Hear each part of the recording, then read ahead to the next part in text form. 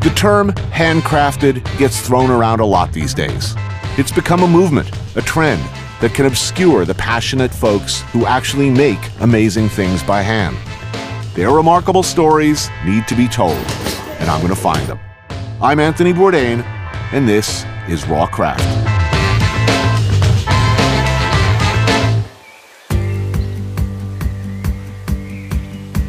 To say that the knife is a chef's most valuable tool isn't just stating the obvious, it's an understatement of titanic proportions. It doesn't matter if you're the executive chef of a Michelin 3-star restaurant or the prep cook dicing a 50-pound bag of onions. A good knife is the foundation of everything you do. So, who makes the finest chef knives in the world? This guy, Bob Kramer.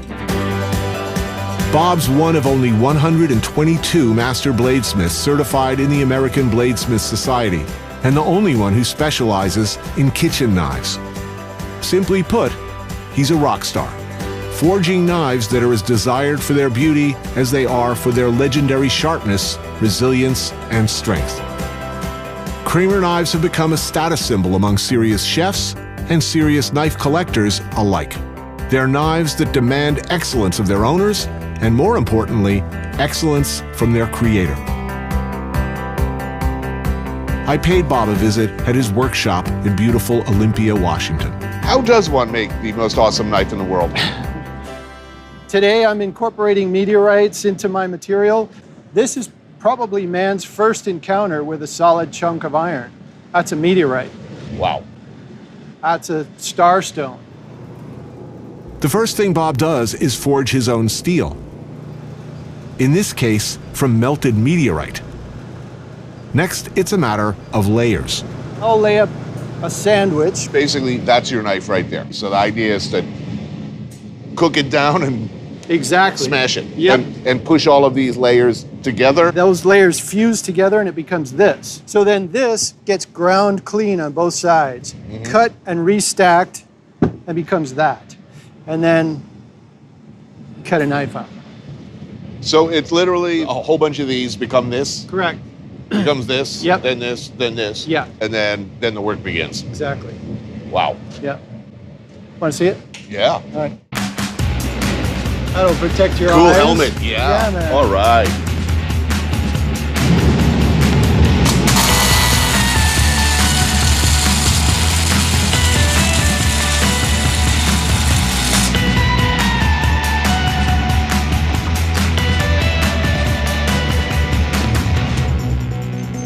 Woohoo!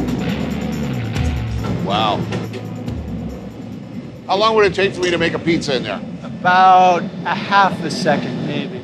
Sweet. Yeah. This is just like cooking. It's time, temperature, and technique. Right. You need good material to start with and the proper heat treatment. Just like you can ruin a steak by overcooking it. Could be a great steak to begin with, but you could really mess it up by improper technique. Okay, here we go.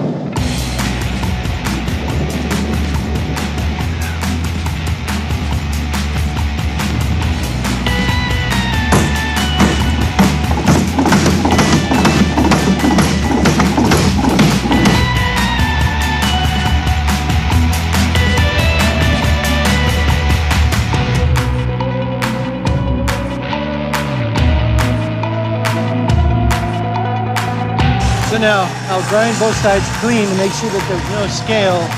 Cut and restack that billet.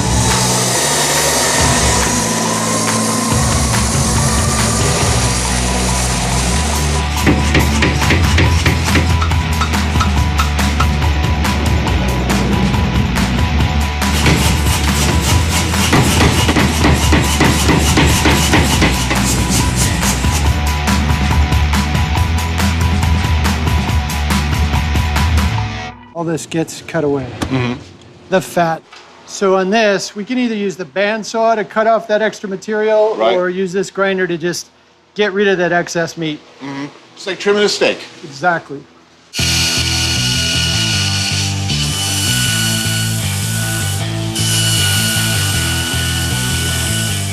So next, now that I've got the blank cut out, I need to grind these tapers and this taper, and that's all done by eye.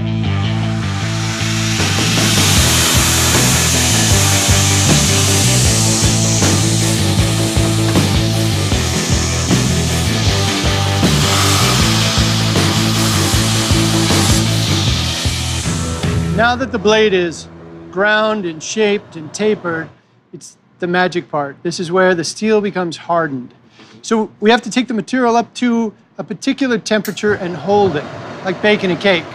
Only the temperature is 1,500 degrees Fahrenheit. This is molten salt. So this is sort of a high-tech, high-temperature sous vide. Right. It's an immersion, I was just thinking of that. Let me set it in here. So there's carbon in steel. Steel is iron with 1% carbon. There's something very interesting that happens when the carbon dissolves and goes into solution. Not only that, it changes color. Right. There's a shadow that moves through the steel. So this is what the samurai guys were looking for. These guys would fast beforehand. They'd pick an auspicious day, which is probably a moonless night.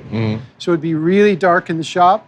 So with this, I'm gonna pull it out and you'll see it's all orange, and then you'll see a shadow move through the blade. That's the steel transforming.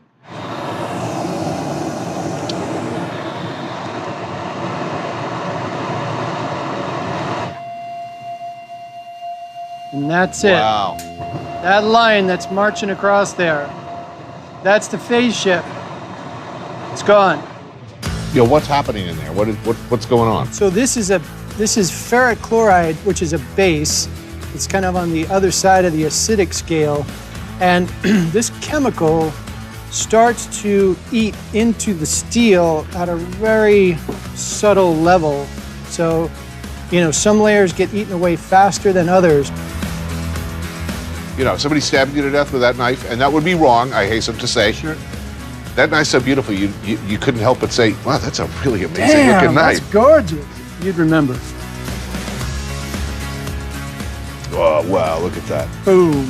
I think it's good. I think it's ready for a handle.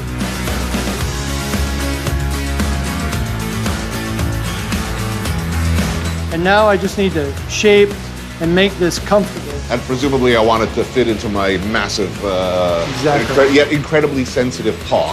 Exactly.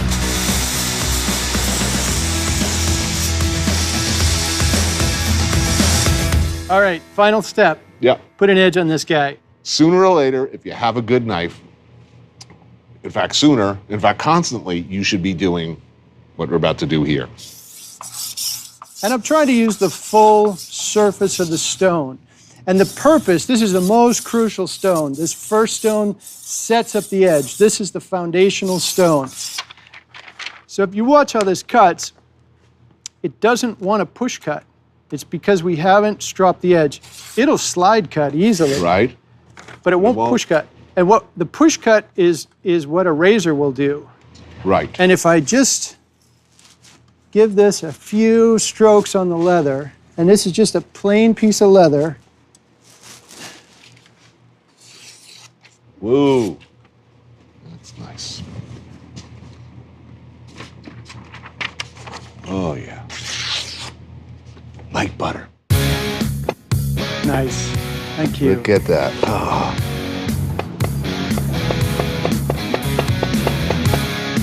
Oh, man, that's fun. Hey, I'm having fun using this knife. I've never had so much fun cutting chives. Look at those things. Nice. Hey, you were a chef before. You were a cook. I was a cook. I would say I was never a chef, but yeah, I was definitely in the business, swinging a knife for 8 hours a day. So is that where this all started? You were dissatisfied with the quality of blade that you were seeing? I was in college. I was taking science classes. I was working at a hotel full time, and it was curious to me that nobody in the kitchen really knew how to take care of their knives. So I thought I'd make a little extra money. I figured out how to sharpen some knives, and the deeper I got, the more I was hooked. And so, I quit school and just started sharpening and making knives. You'll forgive me for saying so, but that sounds like a really bad idea. Yeah. It was just about the dumbest thing you could do at the time, Absolutely. and yet it worked out. It has worked out, yeah.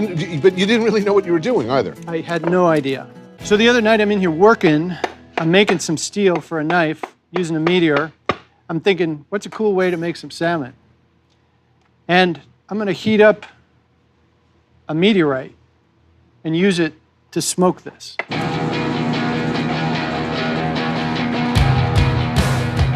Induction coil. All right. Chunk of stardust. piece of cherry wood.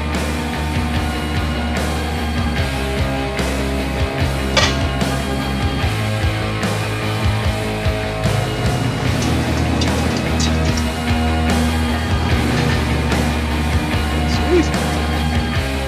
All right.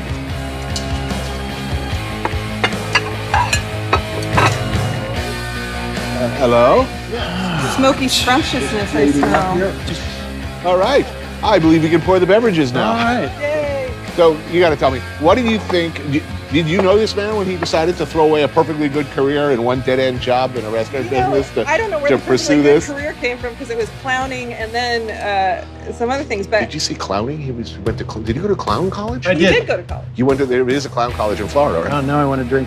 So when I was making food, I might spend 2 or 3 days making a sauce, prepping a stock, stuffing a turkey or something. Everybody sits down. 45 minutes later, it's gone. Hopefully we have a great memory. This knife could get used every day to make a meal that makes a memory. So this is like a magnifying glass. It goes on through whoever's using it. If you're using it and you make a bunch of meals, that sort of transcends out. I like that feeling. I think that's cool. Just the passion and sticking to it no matter what someone else says.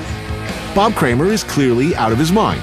This process is so difficult and so long, it's insane to work this hard to improve something as utilitarian as a knife, you'd think. But at the end of the day, what comes out is so unique and so beautiful, all I can say is that I want that kind of crazy.